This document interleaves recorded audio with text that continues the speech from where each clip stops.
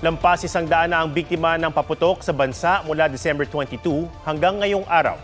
Para hindi na mahikayat ang mga kababayan nating magpaputok, ipinakita ng mga otoridad kung gaano ito kadelikado. May report si John Consulta. Putol ang isang daliri ng manikin na ito nang pasabugin sa kaliwang kamay ang paputok na King Kong. Mas malaki yan kaysa 5-star. Paano pa ang paputok na kabase na nilagay naman sa kanang kamay? Ginagawa to ng PNP PRO 4A para mapakita sa ating mga kababayan kung gaano kadelikado yung kapagamit ng mga paputok. Ayun mga kapuso, naku, napakalakas.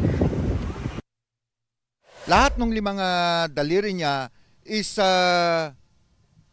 may sugat o kaya pumutok. Hard plastic. Ito kung makikita nyo, ang tigas nitong plastic na ito. Paano pa kaya sa kamay ng isang tao? Sa ganyang paraan ipinakita ng Calabarzon Police kung gaano kadelikado sa mga tao ang paputok. Pero may mga nabibiktima pa rin. Sa East Avenue Medical Center, 8 na ang isinugod na naputukan. 7 sa kanila, minor de edad. 9 ang pinakabata. Sa Bacolod City, napaso sa kamay at paa ang isang lalaking 7 taong gulang dahil sa 5-star, habang isang lalaking edad 14 na napadaan lang ang sugatan ng tamaan ng lata mula sa pumutok na candle bomb.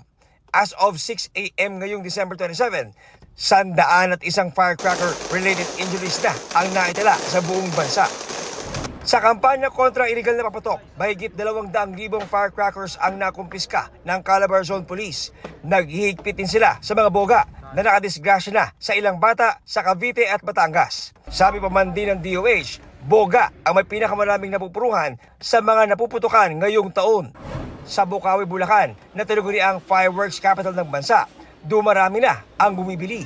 Pero ayon sa ilang nagtitinda ng paputok doon, yung kita ngayon, sir, hindi ganong kalakihan.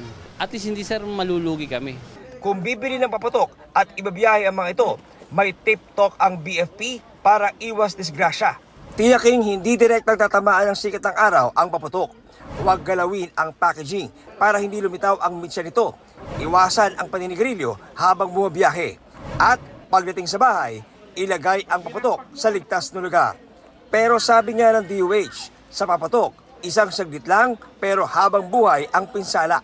Kaya kung gusto makatiyak na ligtas ang pagsulubong sa bagong taon, gumamit ng alternatibong pampaingay. John Consulta, nagbabalita para sa GMA Integrated News. Huwag magpahuli sa mga balitang dapat niyong malaman. Mag-subscribe na sa GMA Integrated News sa YouTube.